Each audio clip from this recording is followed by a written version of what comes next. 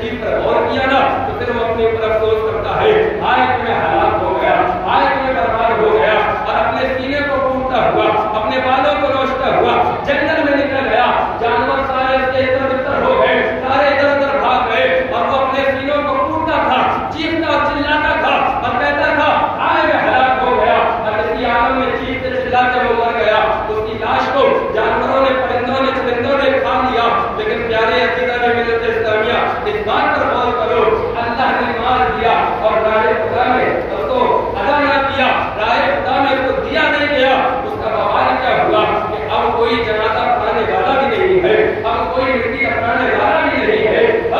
آج ہم بھی مال جمع کرتے ہیں، آج ہم بھی مال کو اکٹھا کرتے ہیں، آج ہم بھی مال کو جو ہے نا اپنے پاس جمع کرتے ہیں، لیکن عقیدہ نے ملت اسلامیہ اس چیز کی طرف غور کرو، ہم تو مر جائیں گے، ہمارا مال نہیں رہ جائے گا، ایسے شدت سے ہماری اولاد اس سے نفع اٹھائے گی، لیکن حساب ہمیں دینا ہوگا، جواب ہمیں دینا ہوگا۔ جیتے جی راہ خدا میں خرچ کر کے جاؤ، اگر صداقت خرچ ہوتی ہے تو اپنے مال سے صدقات ادا کرو، صدقات کرو، خیرات دو تاکہ تمہارے اوپر فضل ہو جائے۔ آقا فرماتے ہیں علیہ الصلوۃ والتسلیم، اے عورتوں تم زیادہ صدقہ کیا کرو، اس لیے کہ جب میں نے شب معراج جہنم کا معائنہ کیا تو مردوں کے مقابل عورتوں کو جہنم میں زیادہ پایا، عورتوں کی کثرت جہنم میں زیادہ تھی۔ لہذا اگر زکات فرض ہے، بڑے بندے کروا دیے، بڑے ہاتھ بندے کروا دیے، اگر تمہارے مال نصاب کو پہنچتا ہے تو اس کی زکات ادا کرو، ورنہ یہی مال جو تم نے بنایا تھا دنیا میں، جو اس کو تم جمع کرتے تھے، یہ تمہارے لیے قیامت میں عذاب کا ذریعہ بن جائے گا، عذاب کا جو ہے نا یہ تمہارے لیے معاملہ پیدا کر دے گا۔ ڈرو اللہ کی پکڑ سے اور ڈرو اس چیز سے۔ اللہ رب العزت نے سورہ توبہ کے اندر یہ واقعہ یہ آیت کریمہ نازل فرمائی جو سارہ بن حاتم کے رد میں نازل فرمائی تھی، اور وہ کیا ہے اس کا ترجمہ یہ ہے، اور ان منافقوں میں بعض وہ بھی ہیں جنہوں نے اللہ سے عہد کیا تھا کہ اللہ تعالیٰ اگر ان کو غنی کر دے گا، ان کو مال دے دے گا اپنے فضل سے، تو وہ ضرور ضرور اس کی راہ میں خیرات کریں گے، ضرور ضرور اس کی راہ میں اپنے مال کو خرچ کریں گے، ہے نا۔ لیکن کیا ہوا؟ بس جب ان کو ان کے رب نے اپنے فضل سے دولت دی اور انہیں غنی کر دیا تو پھر وہ اس میں بخل کرنے لگے، کنجوسی کرنے لگے، اور کیا ہے اپنے عہد کو توڑنے لگے، اور کیا ہے اپنے عہد سے روگردانی کرتے ہوئے پھر گئے، اور اس نے ان کے دلوں میں نفاق کو، یعنی ان کے دلوں میں بخل کو ہے نا حسن کی مہر کر دی، اور ان کا انجام کیا ہے؟ ان کا انجام دردناک عذاب ہے، ان کا انجام بڑا بھیانک ناک ہے، ان کا انجام بڑا عبرتناک ہے۔ اے عزیزان ملت اسلامیہ ذرا غور تو کرو، اللہ رب العزت نے تمہیں دولت دی، مال دیا، سرمایہ دیا تو کس لیے دیا؟ تاکہ غریبوں کو ان کو حق ادا کرو، بڑے رشتہ داروں پہ خرچ کرو، والدین پہ خرچ کرو، اولاد پہ خرچ کرو۔ اللہ آؤ ذرا اس چیز کو بھی سمجھو، اللہ نے تمہیں مال دیا ہے تو اس میں کس کا حصہ ہے؟ اللہ نے تمہیں مال دیا ہے تو اس کو کہاں خرچ کرنا چاہیے؟ اللہ نے تمہیں مال دیا ہے تو اس کو کب خرچ کرنا چاہیے؟ یہ ماہ مبارک رمضان المبارک کا عظیم مہینہ جس میں ایک نیکی کا ثواب 70 گنا ہو جاتا ہے، اور نوافل کا ثواب فرض سے برابر اور فرائض کا ثواب 70 فرضوں کے برابر ہو جاتا ہے۔ اے عزیزان ملت اسلامیہ، اسی مہینے کے آخر میں لوگ صدقہ فطر بھی ادا کرتے ہیں، اسی مہینے میں لوگ زکات بھی ادا کرتے ہیں، اسی مہینے میں لوگ صدقہ اور خیرات بھی کرتے ہیں۔ کوئی سائل آ جاتا ہے دروازے پہ تو آدمی منع نہیں کرتا، کچھ نہ کچھ دے دیتا ہے۔ جب کوئی سائل رمضان کے مہینے میں خودی کھٹکھٹاتا ہے تو بندہ اس کو اتارتا نہیں ہے بلکہ کچھ نہ کچھ دے ہی دیتا ہے۔ اور کیوں؟ کیونکہ یہ اس مہینے کی برکت کا اثر ہے، اس مہینے کی شان کا اثر ہے کہ جب یہ مہینہ آتا ہے اپنے ساتھ برکتیں لے کر آتا ہے، اپنے ساتھ خیر و برکتوں کا نزول لے کر آتا ہے، ہر انسان کا دل فراغ ہو جاتا ہے، چوڑا ہو جاتا ہے۔ لیکن اس مہینے میں کچھ ایسے دل بھی ہوتے ہیں جو فراغ نہیں ہوتے، جو ہے نا کشادہ نہیں ہوتے، بلکہ ان کے اندر اور کمی آ جاتی ہے، ایسے بھی دل ہوا کرتے ہیں۔ اللہ تعالیٰ اپنے حبیب کے صدقے میں ہمیں ان سکڑے ہوئے دلوں سے محفوظ فرمائے اور ہمیں کشادہ دل عطا فرمائے۔ ملت اسلامیہ ہم پر زکات فرض کی گئی، کیوں؟ تاکہ ہمارا مال جو